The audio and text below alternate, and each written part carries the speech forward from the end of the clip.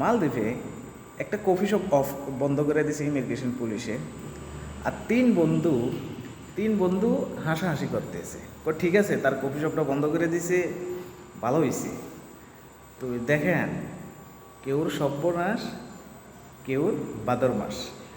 তো তাদেরকে আমি যে বলি আপনারা হাসছেন কেন, তো বলতে হাসাহাসি করবো না, তার কফি শপটা অফ করে দিছে, বন্ধ করে দিছে, ঠিক আছে না।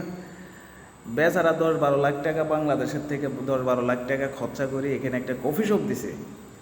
তো যে কোনো কারণ নিয়ে হয়তো কি যে কোনো একটা কাগজপত্রের সমস্যা ছিল দেখে তার কফি শপটা বন্ধ করে দিছে। তো দেখেন, একটা বাংলাদেশি ভাই একটা এখানে বিজনেস যখন করে তখন বাংলাদেশের 15-20 লাখ টাকা খরচ হয়ে যায়। তো যখন নাকি 10-12 লাখ টাকা খরচ হয়, সেই কফি শপটা খুলছে আর হয়তো ইমিগ্রেশন পুলিশ এসে এটা দিয়েছে বন্ধ করে, ঠিক আছে। তো আবার আমাদের তারই বন্ধু 3-4 জন বন্ধুরা হাসাহাসি করতেছে, তার কফি শপটা বন্ধ করে দিয়েছে।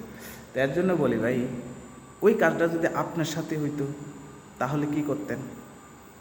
এর জন্য কারো ক্ষতি হইলে হাসাহাসি করতে নাই, তার জন্য দোয়া করা উচিত যে যেটা হয়ে গেছে, ভবিষ্যতে যত তাকে আরও ভালো কিছু যত করতে পারে সেই তৌফিক দান করো।